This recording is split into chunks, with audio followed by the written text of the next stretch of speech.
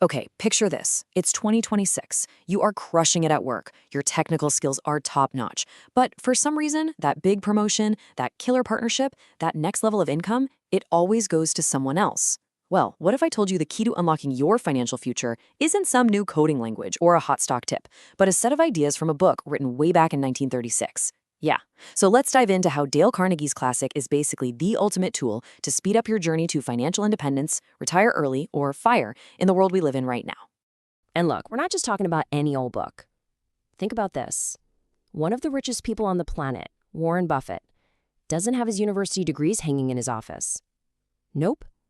Instead, he proudly displays his certificate from the Dale Carnegie course. He paid $100 for it when he was in his early 20s, and he flat out calls it the single most important investment he ever made. So you gotta ask, why? What did he learn that was more valuable than any stock he ever picked? Here's the brutal truth for anyone trying to get ahead today.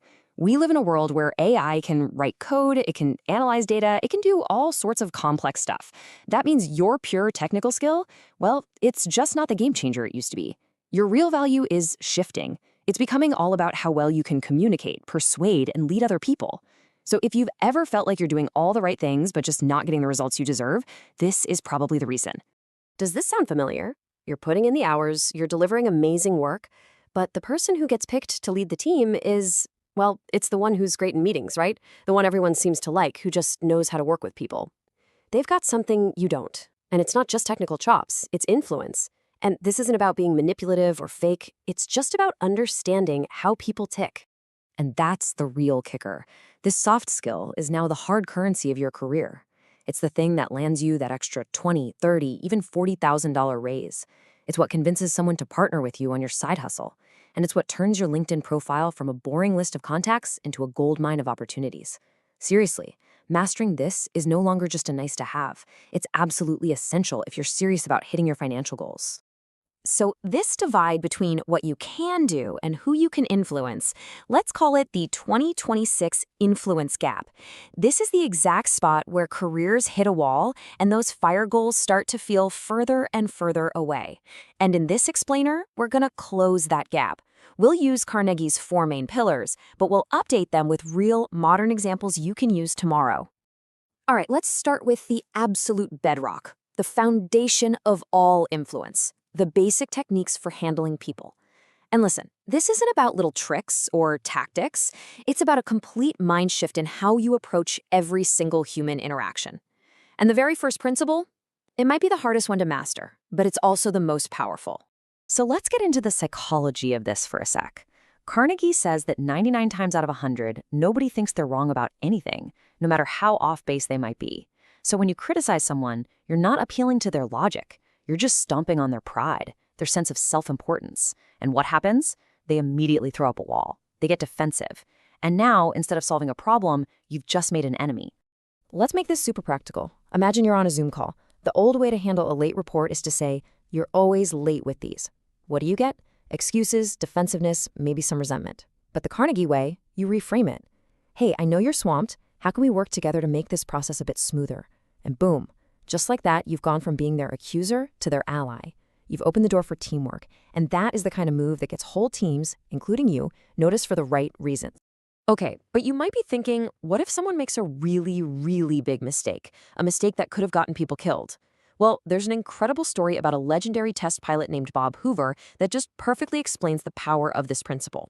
Hoover was flying this WWI-era plane when a mechanic made a huge blunder. He filled it with jet fuel instead of regular gasoline. Mid-air, both engines failed. Now, by some miracle of skill, Hoover managed to land the plane without hurting anyone, but the aircraft itself was completely wrecked. Back on the ground, he saw the young mechanic who was just sobbing, totally devastated, because he knew his mistake could have been fatal. Instead of screaming at him, Hoover walked over, put an arm on his shoulder, and said, "To show you I'm sure you'll never do this again, I want you to service my plane tomorrow." That single act of grace didn't just avoid a fight, it created a lifetime of loyalty. That's what this is all about. So once you've stopped pushing people away with criticism, the next step is to actually start pulling them in.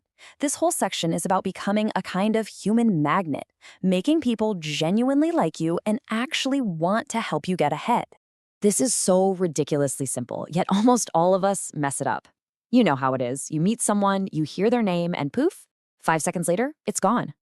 Carnegie says that a person's name is their identity. It's the core of who they are. So remembering it and using it, well, it's a subtle but really powerful compliment. It basically says, hey, you are important enough for me to remember.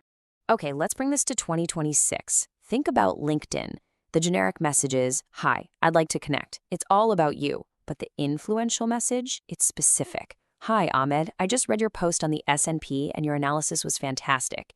You used his name and you showed you actually paid attention to his work. See the difference? It's not about you anymore. It's about him. And the numbers on this, they're kind of staggering. Studies have shown that those generic connection requests get about an 8% response rate.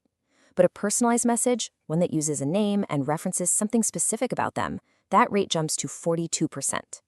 Why? It's simple psychology. Personalization shows you put in effort, and it shows respect. It triggers this thing called reciprocity. You've given them your time and attention, so now they feel a little nudge to give you theirs back. All right, the second key to becoming a people magnet is to flip a switch in your brain. You have to go from broadcasting to receiving. Think about it. Most people in a conversation are just waiting for their turn to talk. But an influential person, they're actually listening. They're asking questions and encouraging the other person to talk about themselves, their passions, their stories. Carnegie has this great story. He was at a dinner party and he met this well-known botanist. Now, Carnegie knew nothing about botany. So for hours, he just sat there completely captivated, listening as this guy talked about exotic plants and experiments. Carnegie barely said a thing. And later that night, you know what the botanist told the host? He said Mr. Carnegie was a most interesting conversationalist. He was interesting because he was interested. He made the other guys feel important by truly valuing what he had to say. Okay, so you're not criticizing people anymore. You're building real connections. Now what? Well, now we talk about how to actually get people to see things your way without starting a fight. This is the art of persuasion, and it is absolutely crucial for everything from closing a big deal to, yes, negotiating a bigger paycheck.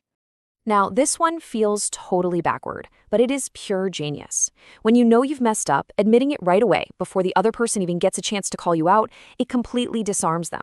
It just sucks all the fight right out of them. They were getting ready to feel important by telling you off, but when you do it to yourself first, the only way left for them to feel important is to be gracious and forgive you. Carnegie learned this the hard way with his little dog Rex. He kept getting caught walking Rex in the park without a leash, which was against the law. The second time a police officer spotted him, before the officer could even open his mouth, Carnegie jumped in and said, "Officer, you've caught me red-handed. I'm guilty. I have zero excuses." The officer, who was all geared up to write a ticket, was just completely thrown off.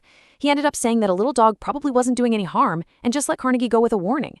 By admitting he was wrong first, Carnegie turned a potential enemy into a friend. So, how in the world does this apply to something as nerve-wracking as asking for a raise? Let's walk through a 4-step playbook based on these principles.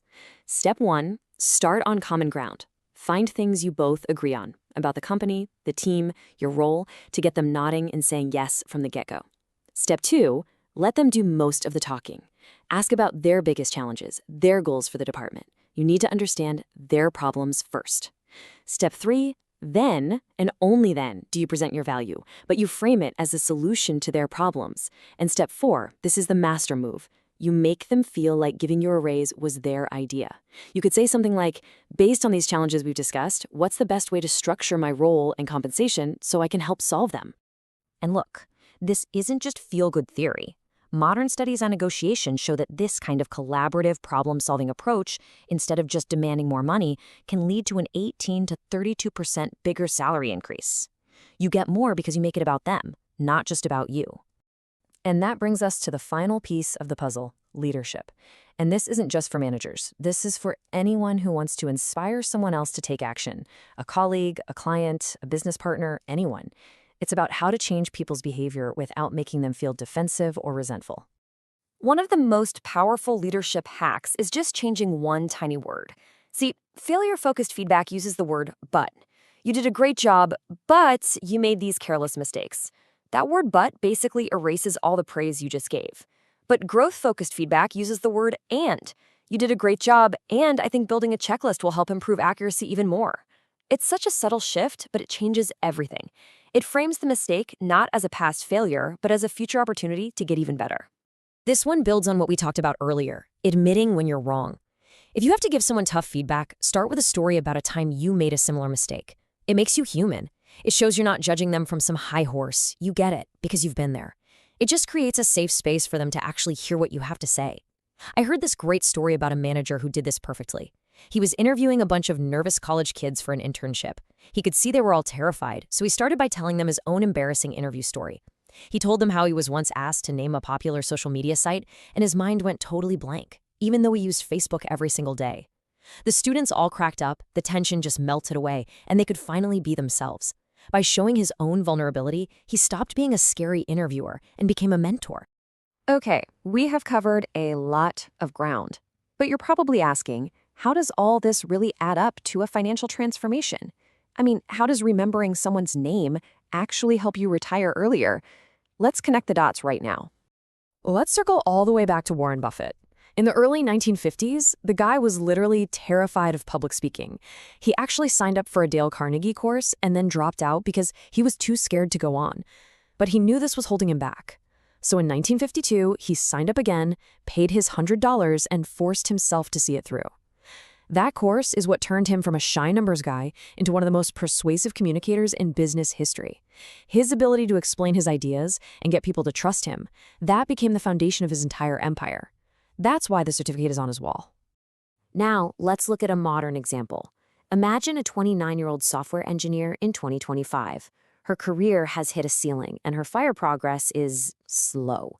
So she decides to focus on just 3 of these principles. She starts making a real effort to remember names, she shows genuine interest in her coworkers' projects, and in meetings, she always starts by finding common ground. The results? She builds a solid network of over 200 important contacts, she negotiates a $38,000 raise plus equity, and the bottom line? She completely reset her fire timeline, moving it from age 52 all the way down to 44. Just from that. So this is how it all adds up. Applying these principles has a direct, measurable impact on your financial goals. A higher salary from better negotiation? That shaves years off your timeline. New partnerships from a stronger network? That can create whole new income streams. And being able to influence people can turn a tiny side hustle into a real business. When you put it all together, mastering these skills can realistically speed up your journey to financial independence by 3, 5, even 7 years. So we've walked through the timeless power of these ideas. But here's the thing. Knowing this stuff is useless if you don't do anything with it. The real question isn't what you learned today. It's what are you going to do tomorrow? So I have a challenge for you. What is the one, just one, principle from all of this that you will commit to practicing every single day for the next 7 days? Pick one. Try it out. And just see what happens. You'd be amazed how the biggest changes always start with the smallest steps.